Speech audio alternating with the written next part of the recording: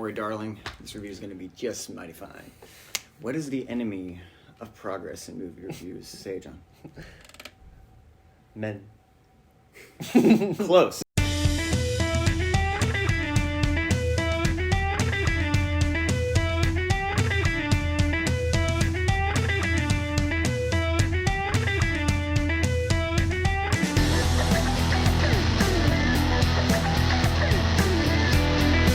So Don't Worry Darling is a brand new film that's come out and totally drama-free production, and basically this movie is another film directed by Olivia Wild. I was actually really interested in seeing it because I really dug Booksmart. I thought Booksmart was a really funny movie, and I was curious to see it because like I'm a sucker for comedic directors turning to something like a thriller or a horror. This looked like Olivia Wild was going down that path, so I was actually really excited. I wanted to see what she could bring to the table with a movie like Don't Worry Darling. I gotta say it's a bit of a mixed bag, but let's talk about it. You basically, you just get thrown into this world. I love the 50s atmosphere of it, but it's eerie at the same time because of how things are so either unison, day by day, regular, routine. Even the way it's shown is a little eerie. I love the first act, and then into the second act when things start to pick up, it's like I was even more interested where we have certain mysteries going on.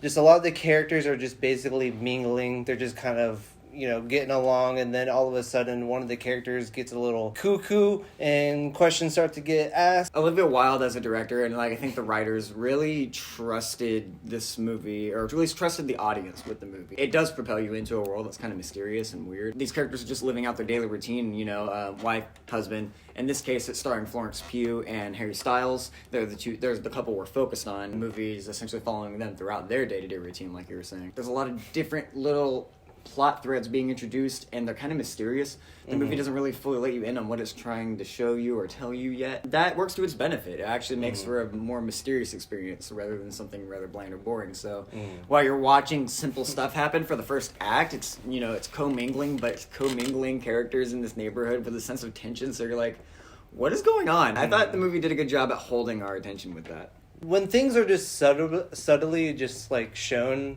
that's what gets my interest, because it's like almost like a little mystery in my head. That's what the movie really plays with. There's certain things that are just never explained. It definitely did work for the movie's atmosphere of how things are just weird here. They're working for a greater cause. It's like definitely shown through like advertisement or just what you're hearing like on like the TV. Chris Pine's character is this looming, ever looming presence over everyone in the movie. It's one of those things where you feel like he's so charismatic, but yet there's something so off about his way he carries himself. But you can see how he could get just the certain kind of people he's looking for manipulated. You can see how he can manipulate just the right type of people. Yeah, he's very charming. Yeah. If you're looking out for red flags of someone, you can see that, but also there adds to that very intriguing mystery of what Chris Pine's character, Frank, actually is.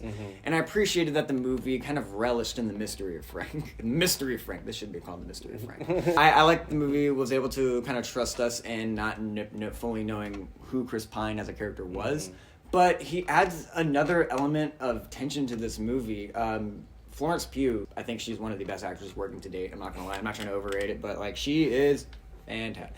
Well, Florence Pugh is just fantastic. Best part of Midsommar, the best part of Black Widow. She's just an excellent actress. She carries so much humanity to her role. I think Florence Pugh is really good at being layered and telling a lot with her visual acting. There's a lot of moments where she carries this movie. I thought Jack and Alice were a cool couple to follow. I definitely think Florence Pugh as Alice carries the movie more. I'll get into my little problems with Harry Styles later, in terms of like his performance in this. I think what's great is Florence Pugh does a great job of carrying us through with this movie. She delivers so much humanity. You feel her happiness when she's feeling gleeful. You feel her sense of concern when she's genuinely freaking out. And there's a great sense of curiosity, and also just there are great informative scenes that tell us what kind of character and what type of person she is. She would help someone who's in trouble. She would when she sees something that seems off, she does question it, because as any good person would. And she's a good person at heart, so she'll go above the lengths to help a stranger or help someone out, and that differs her from everyone else who is just very... They say they're very in their shell much. She is like less out of her shell, where she'll go out to do things, out of her way, and everyone else is just they're stuck in one place. They feel comfortable here. In this world, they're told not to go out. And Olivia Wilde's character, Bunny, she's a good character for the scene she's in, and it even makes her a more interesting character when we get later on into the movie by the third and final act. I think Florence Pugh and Olivia Wilde do a good job. They have a good, nice little back and forth. They have a friendship throughout the movie. They know each other throughout the movie. They're neighbors. They talk a lot. I thought Florence Pugh and Olivia Wilde did a great job building rapport off each other in this movie. I thought they did a solid job with their scene work together. I think the use of gossip is great for exposition in this movie because when the characters are talking, the neighbors are talking about the other neighbors and what's going on. It's like, oh, I heard about Bill and them, their marriage, and how awful it is. I like it because it's when you have those scenes when each character is like gossiping about what's going on with the neighbors, it's also kind of subtly informing you on something else going on behind the scenes. It's like, wait a minute. So when the movie wraps up and you think back on those conversations, oh wow, how cleverly written. I'm thinking about all that stuff again. It's coming back into mind. You're like, oh, you're not just that would explain this. A led to B here in this relationship because this thing was being controlled there. I like that a lot. And I appreciated the movie trusting us to just kind of live in the mystery. And I was really enjoying the movie when it was more involved in building tension through mystery and intrigue over building tension through physical threats. Yeah. And that's where kind of my flaws come in, is I think the movie does get a little rocky towards the third act because of that. The way the movie is shown and how it doesn't directly tell you things and how we have quick flashes of things and you're like, whoa, what was that? You know? That can confuse, like some people and they're just like, what is going on? Yeah, absolutely. Yeah, like there are a few scenes, again, a testament to the direction in this. It's really cool because I like when the film, if like you blink, you miss it. You see a little detail or a certain shot that just is quickly thrown into the frame.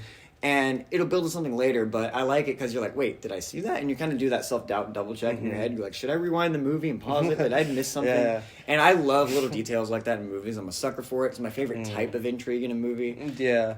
I ate it up when it was in this movie. Yeah, when the movie is playing around with like just small little details, they can continuously do that throughout the movie. It just makes me more glued to the screen because it's like, if I blink, I'm gonna miss something. Yeah. And it's with the mystery, it just entangles me in. It's like, all right, you got me, movie.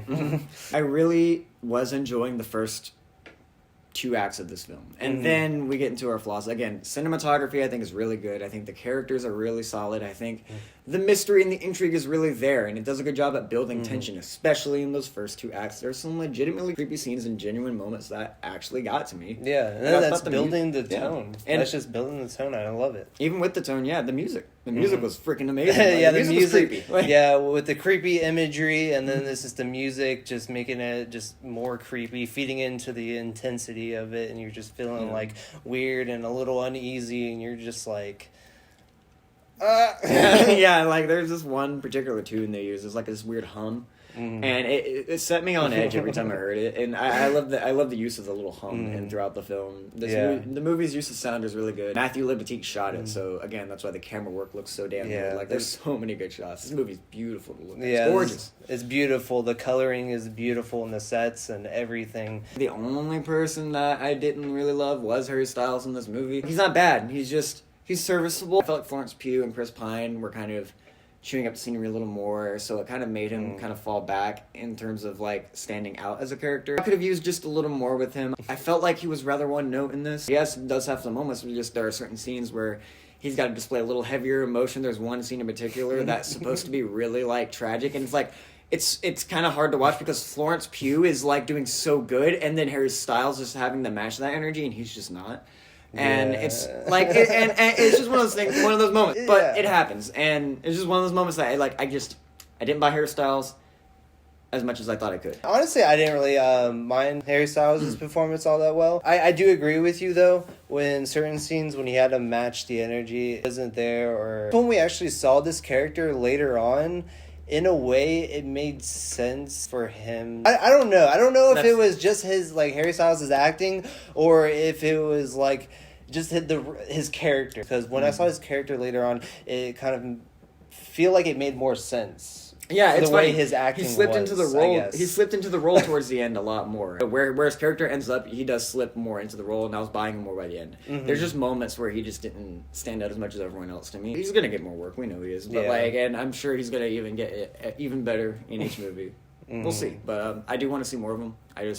he didn't really work for me here. He didn't take me out. He's just serviceable compared to great. I really do like the way this movie flows until we get into the third act. Yeah. The movie just like kind of shifts real quick, and it just feels a little bit goofy, especially in this one little car chase that happens, and something happens. It's a little, in my opinion, it's a little goofy, but it's like it just felt like they didn't really know what to do in the writing, and they're like, well, we just need to figure out how we're gonna get rid of these certain characters, and it's just like, let's just do that. Yeah, let's just do something. It felt like a first idea in the script. Like let's just do that, and then I don't know. I just didn't feel like it totally matched with the rest of the movie because it goes from really intriguing mystery that's also creepy and like off-putting to, I feel like I'm watching a Mad Max chase, and it was just like a weird thing, and I didn't think it totally less meshed intense. well. I could have gone for something a little more scary, a little more creepy, a little more tonally matched with the rest of what we're watching. I think overall, I like where the writing took the characters. I think where all the arcs go makes sense. The execution of the third act just kind of made it fall flat for me. I feel like the movie would have benefited more from an actual creepy ending instead of action and then boom. Yeah, it feels like a few tone changes in one ending. Yeah. I do love how it's written in the sense of like I love what's actually going on. I love how I love the message for the movie. I love what it's saying. And I think what the movie's saying is really important, and I think what it's doing is really good.